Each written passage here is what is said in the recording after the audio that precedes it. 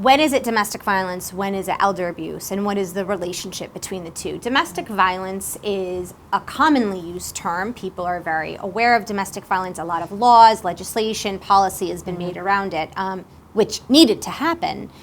Elder abuse, less so. So thinking about the two, what is the difference and what is their relationship? Elder abuse can be domestic violence grown old. So it could exist in a relationship where there have been long-standing abuse between two partners. It could also, though, mean, and this is, I think, a little bit, here's an example of somebody, imagine a woman who's, let's say, 25 years old, and let's say she's in a relationship with a man, and he strikes her in the face. What can she do? She could stand up, she could punch him back, she could run out the door, she could call 911, she may make a report, she may not, she may need medical attention, she may not.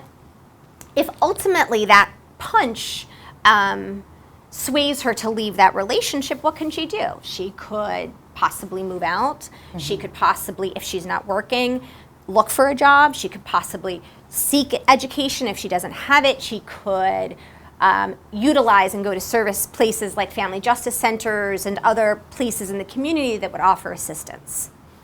Now take that same, when did I say she was 25? Take that same 25-year-old now in your mind and make her 85.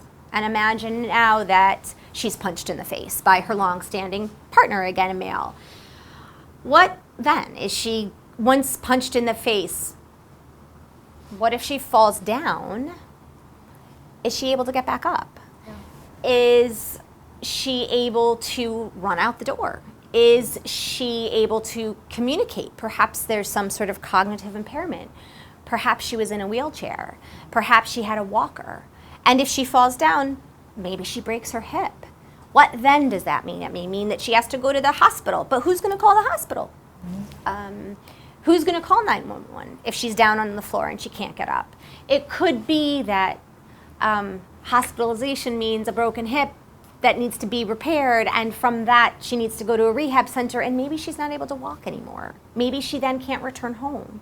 So as you can see, it really is a striking difference between a younger person and an older person. And even without any kind of cognitive impairment or physical impairment, the idea of somebody being 85 and able to leave that relationship, the likelihood of her being able to find a new apartment, is she going to start getting it? She's going to go get a new job? Very unlikely. Is she able to go out and increase her marketability by getting an education? Are there services in place? Are there shelters that she could go to? That's, clearly it really, there is a need for shelter, and there is a distinct difference between domestic violence and elder abuse.